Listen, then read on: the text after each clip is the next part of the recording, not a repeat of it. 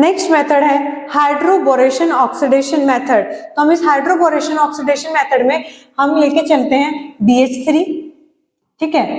देखिए जरा किस तरह से, ये हम एल्कीन लिया और ये BH3 लिया, तो क्या होगा, अब जो एल्कीन है इसका डबल बॉन्ड टूटेगा, एक इलेक्ट्रॉन इधर जाएगा और एक इलेक्ट्रॉन इधर, तो जो यहाँ से हाइड्रोजन है वो उस वाले कार्बन पे चले जाएगा जिसपे कम हाइड्रोजन है, और इस वाले जो बाहर वाला कार्बन है इससे जाके बोरोन जुड़ जाएगा, ठीक है। जब ये डबल बॉन्ड टूटेगा तो एक वैलेंसी इस वाले कार्बन की खाली, एक इस वाले कार्बन की खाली, तो एक तरफ तो जाके H जुड़ गया अंदर की तरफ और बाहर की तरफ से बोरोन जुड़ गया, जुड़ के दिखा दिया, ठीक है।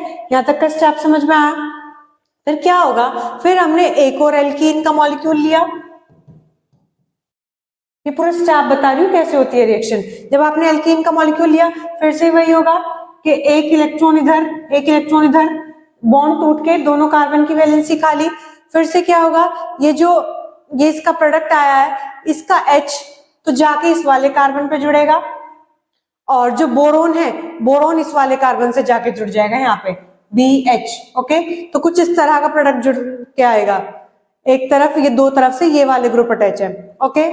थर्ड स्टेप में फिर से हमने थर्ड मॉलिक्यूल लिया एल्कीन का, फिर से सेम प्रोसेस रिपीट होगी, यहाँ पे फिर से ये बॉन्ड टूटेगा डबल बॉन्ड, जो अंदर वाला कार्बन है वहां पे ये वाला H जाके जुड़ेगा और जो बाहर वाला है उस पे बोरोन जाके जुड़ेगा, तो कुछ इस तरह का प्रोडक्ट आएगा, ठीक है। जब इस तरह का प्रोडक्ट आ जाएगा फिर हम इसकी हाइड्रोजन पेरोक्साइड के प्रेजेंस में और OH नेगेटिव प्रेजेंस में इसकी रिएक्शन करेंगे तो हमारे पास अल्कोहल बन के आएगा।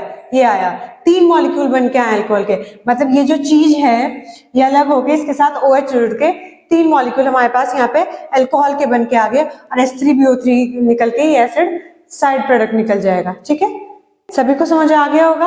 अब आपको लग रहा होगा तो बड़ी कॉम्प्लिकेटेड सी प्रोसेस बता दिया, क्या है ये, बार बार एल्कीन जोड़ेंगे BH3 में, तो शॉर्ट में ऐसे भी समझ ले, हम 3 मॉलिक्यूल एक बार ले लिए एल्कीन के, ठीक है, और फिर हमने क्या किया, B2H6 हाफ B2H6 लिख ले या फिर BH3 लिख ले, एक ही बात है, ठीक है। इसकी इससे रिएक्शन कराई तो डायरेक्ट आप ये वाला जो प्रोडक्ट था ये दिखाना, ओके, और फिर इसकी hydrogen peroxide OH negative basic medium में इसकी रिएक्शन कर देंगे तो हमारे पास 3 मॉलिक्यूल बन के आ गए अल्कोहल के, और H3BO3 का निकल के आ गए एक एसिड, ठीक है। समझ में आ गया होगा सभी को। किसी को फिर भी नहीं समझ आया तो कमेंट सेक्शन में बताना, कोशिश की जाएगी इसको दूर करने की। कुछ नहीं करना, सबसे पहले एक एल्कीन लेके चलना, BH3 लेके चलना, फिर आप एल्कीन की जब BH3 से रिएक्शन करेंगे तो एल्कीन का जो डबल बॉन्ड है वो टूटेगा और 2 वैलेंसी खाली हो जाएगी। 2 वैलेंसी खाली होने से जो BH3 है उसका एक जो H होगा वो H तो चला जाएगा अंदर की तरफ जुड़ने और बोरोन जुड़ जाएगा बाहर वाले से। पहले स्टेप में यही हुआ है। फिर दूसरे स्टेप में जो आपका प्रोडक्ट बन के आया उसकी फिर से एल्कीन से रिएक्शन करो, फिर से वही होगा, इसकी वैलेंसी एक इधर बॉन्ड टूट के अंदर भी एक वैलेंसी कम एक बाहर कम, तो एक तरफ से अंदर से जुड़ेगा एक तरफ से बाहर से, तो फिर से इस BH2 वाले का एक हाइड्रोजन अंदर और बाहर से ये H से जाके जुड़ेगा, 2 मॉलिक्यूल से जुड़ जाएगा, ये जुड़ गया और BH। फिर तीसरी बार एल्कीन का लिया, सेम प्रोसेस, अंदर वाले कार्बन पे जाके हाइड्रोजन जुड़ेगा बाहर वाले पे बोरोन, तो इस तरह से 3 मॉलिक्यूल का प्रोडक्ट आ जाएगा।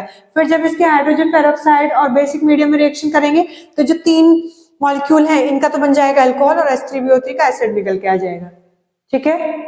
सभी को समझ आ गया होगा ना। चले, ये हमारी हाइड्रोबोरेशन रिएक्शन जिसमें हम एल्कीन की BH3 से रिएक्शन करा के हमारे पास 3 मॉलिक्यूल ऑब्टेन्ड होते हैं अल्कोहल के, ओके। चले